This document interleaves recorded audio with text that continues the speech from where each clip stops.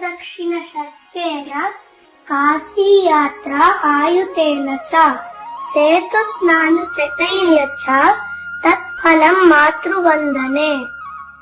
6 మార్లు భూప్రదక్షిణ చేస్తే ఎంత ఫలితమో, 10,000 మార్లు కాశీయాత్ర చేస్తే ఎంత ఫలితమో, 100 మార్లు రామేశ్వరం సముద్ర స్నానం చేస్తే ఎంత ఫలితమో, అమ్మకు నమస్కరిస్తే అంత ఫలితం. పితృదేవో భవ. తండ్రి సాక్షాత్తు శివుడి స్వరూపం. ఇప్పుడు మనం అమ్మా నాన్నకి ప్రదక్షిణం చేసి నమస్కారం చేద్దాం.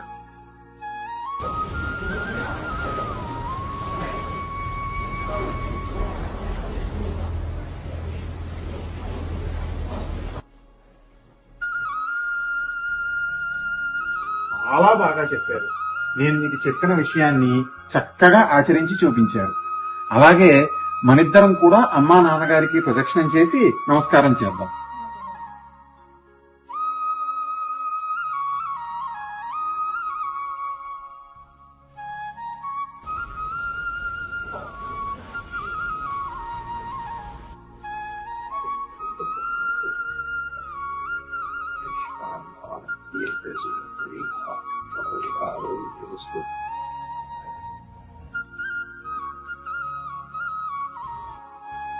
నాన్న, మీ నాన్నగారికి మీరు చెప్పిన శ్లోకం నేను చిన్నతనంలో నేర్పాను.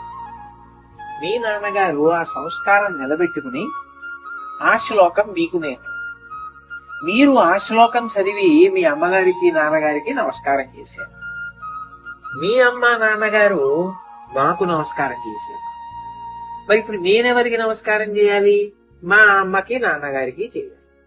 కానీ ఇప్పుడు వాళ్ళిద్దరూ భూమి వేరు. అయినా బెంగేం లేదు. శాస్త్రం అంటే మాతర సర్వభూతాన కామ సర్వసుఖప్రద యుద్ధి మాకాంక్షతా నిత్యం కామ కార్యా ప్రదక్షిణా. మా అమ్మా నాన్నగారు గోవు ఎందే ఉన్నారు. మా అమ్మా నాన్నగారే కాదు, సమస్త దేవతలు గోవు ఎందే ఉన్నారు. అందుకని నేను గోవుకి ప్రదక్షిణం చేసి నమస్కారం చేస్తే మా అమ్మగారికి నాన్నగారికి నమస్కారం చేసేసినట్లే. వాళ్ళ ఆశీర్వచనం నాకు దొరుకుతుంది. అందుకని నేను ఇప్పుడు ప్రదక్షిణం చేసి నమస్కారం చేస్తాను. మా నాన్నగారు మీకేమవుతారు? ముత్తాత గారు అవుతారు. మరి వాళ్ళ ఆశీర్వచనం మీకు కావాలి కదా. అందుకని మీరు కూడా మాతో పాటు ప్రదక్షిణం చేసి నమస్కారం చేతురుగా. నేను నా వెనక నాన్నమ్మ, ఆ వెనక నాన్నగారు, నాన్నగారు వెనక అమ్మ, అమ్మ వెనక మీరు. అలాగా రైట్.